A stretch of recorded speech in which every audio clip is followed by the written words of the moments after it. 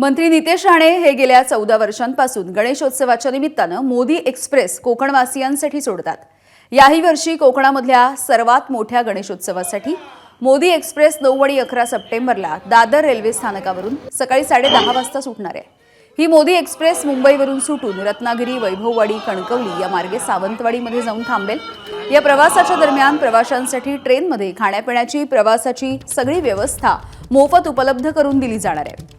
ज्यांना या ट्रेनने प्रवास करायचा आहे त्यांनी 2 सप्टेंबर ते 5 सप्टेंबरच्या दरम्यान आपल्या भागामधील भाजपचे मंडल अध्यक्ष किंवा रत्नागिरीचे जिल्हाध्यक्ष यांच्यासोबत संपर्क साधावा आणि आपल्या तिकिटांचं बुकिंग करावं अशी विनंती नितेश राणेंनी केली आहे।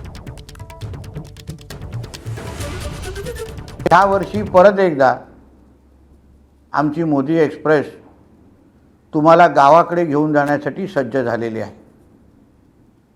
या महिन्याच्या सप्टेंबरच्या 9 आणि 11 तारखेला दादरच्या प्लॅटफॉर्म नंबर 14 वरून सकाळी 10:30 वाजता तुमच्या हक्काची मोदी एक्सप्रेस तुम्हाला गावाकडे घेऊन जाण्यासाठी सज्ज झालेली आहे।